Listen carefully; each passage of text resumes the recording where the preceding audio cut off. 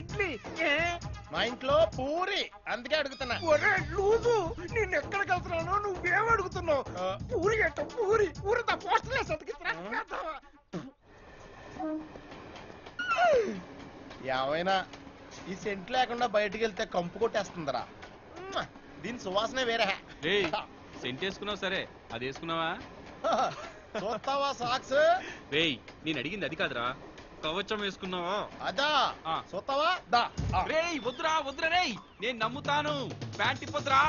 చా నీకోసం మరీ అంత రిసీవ్ చేయరు రోయ్. ఇదిగో పాకెట్ చూపిస్తున్నా. ఓ బతికించారా. ఇదిగో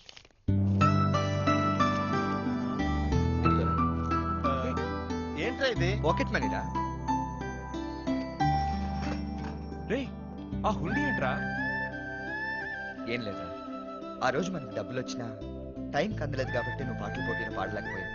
అలాంటి పరిస్థితి మనకి ఎప్పటికీ రాకూడదని ఈ హుండీ. ఓకే సరేరా, నాకు టైం అవుతుంది, నేను మామ ఇంటికి వెళ్ళాలి. నేను బయలుదేరుతాను. Bye bye.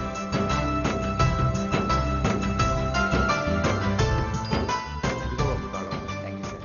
బాయ్.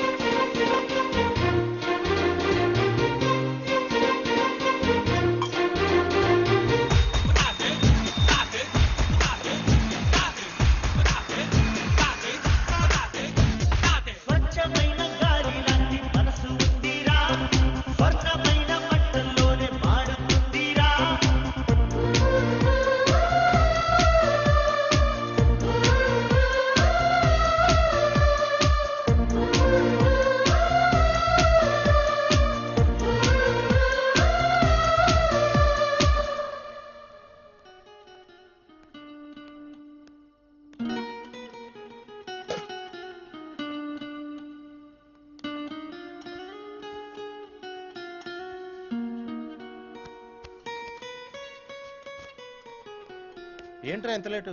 ఏం చెప్పమంటావరా, మామయ్య వేరే ఊర్లో లేరు కదా, అన్ని పనులు నేనే చూసుకోవాలి.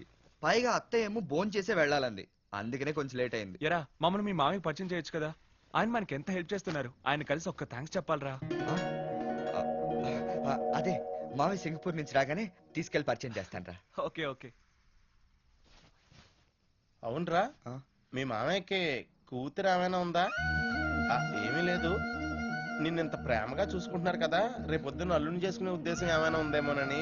ఉంటుందిరా, లేకపోతే వాడి ఫ్రెండ్స్ అయినా మనకే ఇంత హెల్ప్ చేస్తాడే ఏంటి కదరా? చచ్చా అలాంటిదేం లేదు. పొద్దున్న తొందరగా రమ్మన్నారు, నేను పడుకుంటాను. నాకు కూడా రేపొద్దున చాలా ఇంపార్టెంట్ పని ఉంది, 10ంటికల్లా లేపేయండి రోయ్. మీ మామయ్యకి ఏమైనా ఉందా? నిన్ను ఇంత ప్రేమగా చూసుకుంటున్నారు కదా, రేపొద్దున అల్లుని చేసుకునే ఉద్దేశం ఏమైనా ఉందేమో.